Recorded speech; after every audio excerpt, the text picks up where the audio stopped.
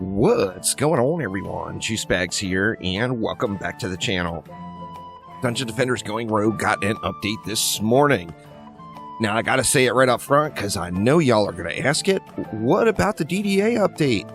Well, remember, it's different teams working on Going Rogue and Dungeon Defenders Awaken and Dungeon Defenders 2 now, so with that in mind, with their current structure, all of the games are going to get more frequent updates. So we're just starting to see the results of that right now with what's been happening with Dungeon Defenders Awaken over the last few weeks and with what's going on with Dungeon Defenders Going Rogue today. Now, with that in mind, here is the EV. This one has been promised for a while, and we've been looking forward to it to come to Dungeon Defenders Going Rogue. Now, I'm going to be streaming some Going Rogue later on this afternoon. Anybody that wants to get in on some matches, feel free to swing on by. I'll be going live on Twitch right after the Chromatic stream. Now, the EV, how do you unlock her? Well, first off, you got to complete the Goblin Mech. If you've already completed the Goblin Mech, the EV may or may not be unlocked for you. If it's not unlocked, just do a run and kill the Goblin Mech. The EV will then be unlocked. Now, if we take a look at the hero info, the EV's regular attacks, you got the ranged attack. The EV is going to be using staffs. Fire the laser is the alternate fire attack. This acts very much like the charged shot in Dungeon Defenders 2. You can charge it up and get a full blast. It's quite powerful, and it has just tons of knockback on the enemies. You got the decoy. Now, I gotta say it right up front, this is the best decoy to ever arrive in any Dungeon Defenders game, and oh my god, if there's any changes that make it to other DD products, please make it this decoy, because this decoy is just a badass. Now, the decoy does all the normal things it usually would do. It throws down, you throw it down, it taunts the enemies, and it buys you a little time. It's going to explode when destroyed. But here's the kicker. The decoy is going to shoot when you shoot. So you drop the decoy and start pewing down a lane. The decoy is going to duplicate your attack and shoot down that lane as well. And it is quite amazing. Then we got the energy cannon. This is the proton charge or proton surge type ability that you're used to in other Dungeon Defenders games. It's going to be your laser beam. So you fire it up, you pew down the enemies. It has a pierce, so it'll go through everything in the lane. And it's going to last for 3 seconds by default. Now taking a look at the defenses. The defenses for the EV were completely changed. I know a lot of people had questions about how these defenses would work. As of course you don't want to have to place down multiple nodes to complete a defense in a roguelike game. You want to get it done quickly, so you want to be able to slam it down and it's good. So with that in mind, all of the EV's defenses were changed in some way, and some of them are quite impressive. First off, let's start off with the heat cannon. This is a straight-up flamethrower. It's going to shoot out in a frontal cone, burning all the enemies that it hits. So, flamethrower for the win. Next up, we got the plasma defense system. This acts a whole lot like a DST. It's going to fire a projectile that's going to instantly hit the target, so it's like a hit scan. And it goes through walls. The downside about the plasma defense system is it does have a dead zone around it, so if enemies get too close to it, it will not engage. However, you got basically an EV's version of the DST in the PDS, the plasma defense system. The blocking field. This is another absolutely incredible change.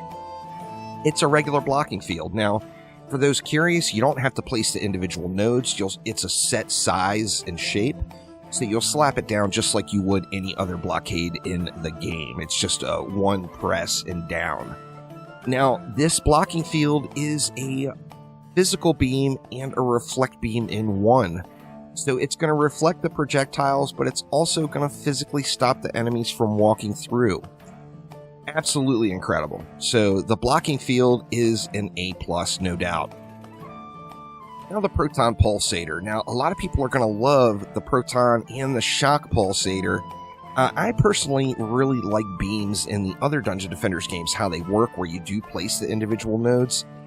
However, there is a large cool factor to be had with the proton and shocks as they are in DDGR. and that is it is one node. So you slap one node down and it projects out like an aura would. So it's basically like an aura for the EV, and it's just one node that you place in the center. So it's instant cast, you'll get it down right away, and it will cover a set area. Same thing with the shock pulsator. It's one node, you slap it down, and you are GG's, and it's going to project that shock out. Now remember, the shock pulsator damages enemies, but it also will stun the weaker enemies. So you get yourself a little bit of crowd control and damage in one with that shock pulsator. Now, as far as gear, the EV will be using staffs. So it's going to start off with a beginner staff, a recruit's guide, and the proton pulsator as you just enter into a new match. As far as mastery goes, as you level up, you get the usual suspects. Level 2 is 20% max HP. Level 3 is plus 10% attack damage. Level 4, overclock or 5% haste. Level 5 would be 20% shield, and level 6 would be fire the laser also applies a burn dot. So your right click or alternate fire is going to put a dot out there as well. Now the EV was not all that made it into this update. There's some schedule changes. The siren is going to be there now, so you want to keep an eye out for the siren. And now additionally, it's not going to be the set groups of enemies. So the lane schedules will be changing. There will be different enemies that come out, and that is going to give you a different experience that you're going to have to pay attention to. Now, in addition to that, we look at the talent tree, and we got a new talent category, the gear category. This is going to affect the gear that you can buy at the Defender shop or upgrade at the Forge, whether it be with the cost of it, the refresh cost of those items, the number of refreshes available. You're going to start with more gold. Destiny runes have one additional choice. 10% chance for boss chests to drop an additional weapon or defense. Some good changes here in the gear category. The bottom tier here, increase the level of weapons by 1 and the defenses of level of weapons or defenses by 1. This is good stuff here. So, you know, you get that one unlocked, your weapon instantly starts at level 2. So you get a little bit of a jump in the game there. Now, the biggest quality of life change here is there's a reset button. This is heavily requested by players. I think it's a very, very good thing. And you can now reset your talents. So it's no, if you put it in the wrong category, you're screwed. As it was before, you can now reset them whenever you want and play around with different build setups. So good stuff there. Now, a full link will be down in the description below to all the patch notes, and I will be live streaming DDGR, as I mentioned, later on today over on Twitch. So make sure you swing on by and say what's up. But that will do it for now. Thanks a ton for watching, and I will see ya next time around. Take it easy.